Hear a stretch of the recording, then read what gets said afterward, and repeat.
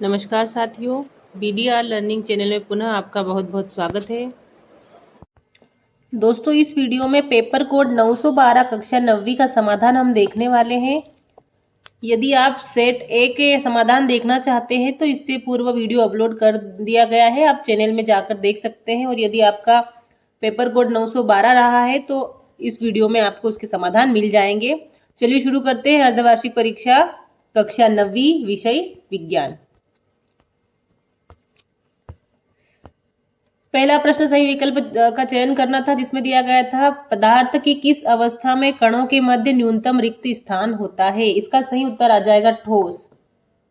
ठोस अवस्था में कणों के मध्य न्यूनतम रिक्त स्थान होता है। दूसरा दिया था सोडा जल विलयन में विलय होता है। तो जो CO2 होता है, कार्बन डाइऑक्साइड, वो सोडा जल में विलय होता है। आपके पूर्व वाले प्रश्न पत्र में भी ये प्रश्न रिपीट हो चुका है।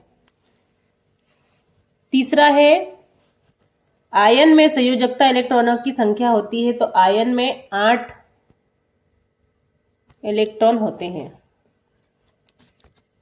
चौथा है निम्नलिखित में से किस एक अंग में उपास्थि नहीं पाई जाती। जो वृक्क होते हैं हमारे, उसमें उपास्थि नहीं पाई जाती। सही उत्तर ऑप्शन डी हो जाएगा। पांचवा है वस्तु द्वारा अपनी गति अवस्था में परिवर्तन के विरोध को क्या कहते हैं। यह प्रश्न भी रिपीट हुआ है, सेट ए में भी पूछा गया है। इसका सही उत्तर हो जाएगा ऑप्शन बी, जड़त्व।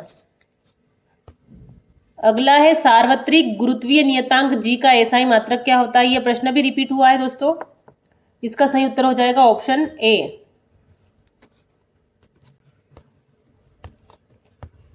प्रश्न क्रमांक 2 में रिक्त स्थानों की पूर्ति करना है। पहला दिया है बर्फ का गलनांक। इसका उत्तर आ जाएगा 0 डिग्री सेल्सियस। बर्फ का गलनांक 0 डिग्री सेल्सियस होता है। दूसरा है निश्चित आवेश युक्त परमाणुओं का समूह आयन कहलाता है। सही उत्तर हो जाएगा आयन। तीसरा है अल्फा कण द्विआवेशित धनात्मक कण होते हैं। तीसरा है प्रति इकाई समय में चली गई दूरी को चाल कहते हैं। पांचवा है गुरुत्वाकर्षण का नियम वैज्ञानिक न्यूटन, पूरा नाम सर आइजैक न्यूटन ने प्रस्तुत किया था। छठा है 1 यूनिट ऊर्जा का मान 1 kWh किलोवाट आवर होता है। प्रश्न क्रमांक 3 में सत्य असत्य चुनकर लिखना था। पहला दिया है ठोस कार्बन डाइऑक्साइड को शुष्क बर्फ के नाम से भी जाना जाता है। ये सत्य है। दूसरा है एल्यूमिनियम द्विपरमाणुक होता है। नहीं, एल्यूमिनियम एक परमाणुक होता है। ये असत्य हो जाएगा। तीसरा है रक्त एवं प्लाज्मा संवहनीय संयोजी उत्तक है। सत्य हो जाएगा। चौथा है विस्थापन परिवर्तन की दर को वेग कहते हैं। ये भी सत्य हो जाएगा। पांचवा है शक्ति का एसआई मात्रक वॉट है। ये सत्य हो जाएगा। शक्ति का एसआई मात्रक वॉट होता है, W से जिसको प्रदर्शित किया जाता है। अंतिम में रासायनिक रूप से तैयार पादप पोषकों को उर्वरक कहा जाता है। हाँ, ये सत्य हो जाएगा। रासायनिक रूप से तैयार पादप पोषकों को खाद या उर्वरक कहा जाता है। प्रश्न क्रमांक 4 में जोड़ी का मिलान करना है। पहला है कोलाइड को मिलाएंगे दूध से। दूसरा है मैग्नीशियम क्लोराइड, इसका फॉर्मूला होता है MgCl2, इसको A से मिला देंगे। तीसरा है संवेग को मिलाएंगे D से, इसका फॉर्मूला होता है P = mv। चौथा है नीम की पत्तियां जैव कीटनाशक के रूप में प्रयोग की जाती है।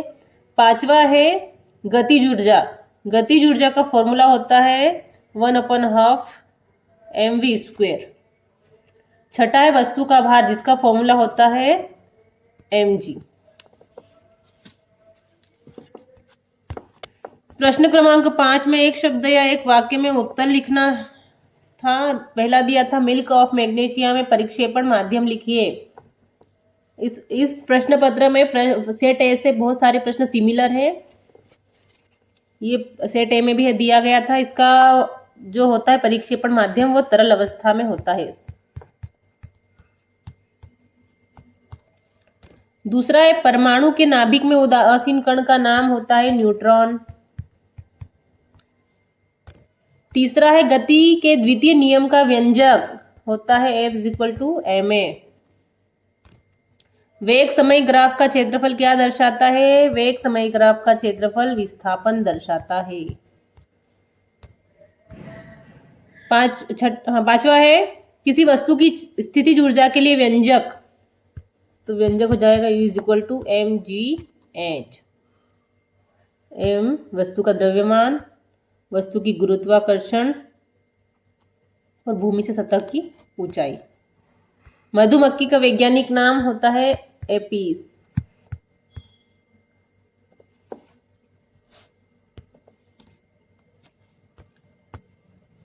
इस सेट के भी सभी प्रश्न आप नोट कर लीजिएगा और इनका अध्ययन कर लीजिएगा। भले ही आपका कोई सा भी कोड का पेपर मिला हो प्रश्न पत्र, परंतु आपको सारे कोड वाले प्रश्न पत्रों का अध्ययन कर लेना चाहिए। ये आपको आगामी परीक्षाओं के लिए सहायता देंगे।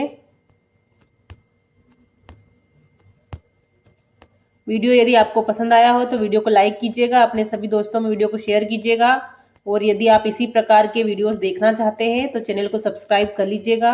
मिलते हैं नेक्स्ट वीडियो में। धन्यवाद।